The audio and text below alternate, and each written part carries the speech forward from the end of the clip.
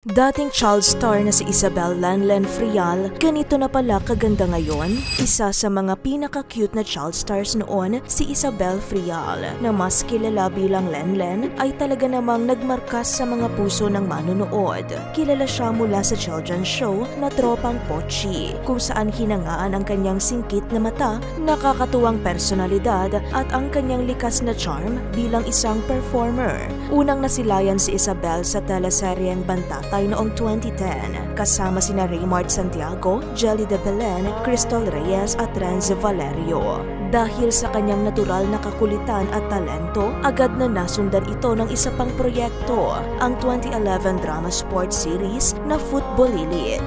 Sa parehong taon, naging bahagi rin siya ng pelikulang Ang Panday 2 kung saan ipinakita niya ang kanyang galing sa pag-arte. Malaki rin ang naging ambag ni Isabel sa children's television.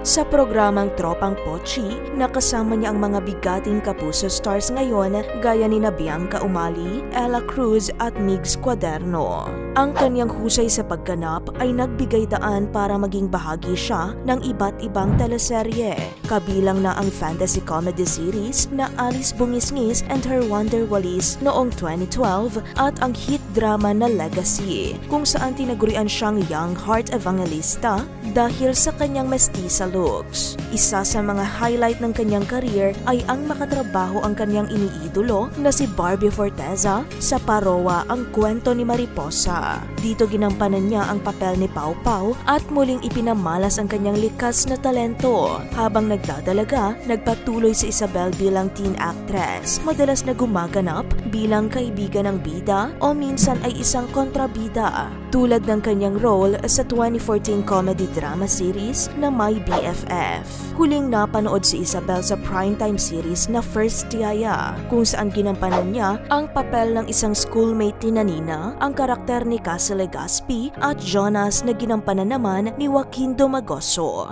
Bagamat bihira na siyang makita sa telebisyon ngayon, hindi maikakailang iniwan niya ang marka bilang isa sa mga pinakakinagiliwang child stars ng kanyang henerasyon.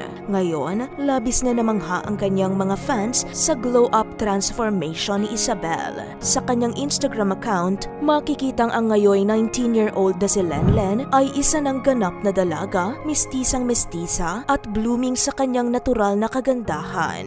Isa na siyang college student na kumukuha ng kursong BS Psychology sa Cavite State University batay sa mga post niya sa social media. Sa kabila ng abala sa academics, nananatiling active si Isabel sa pagbabahagi ng kanyang buhay online, kung saan patuloy na hinahangaan ang kanyang beauty and charm.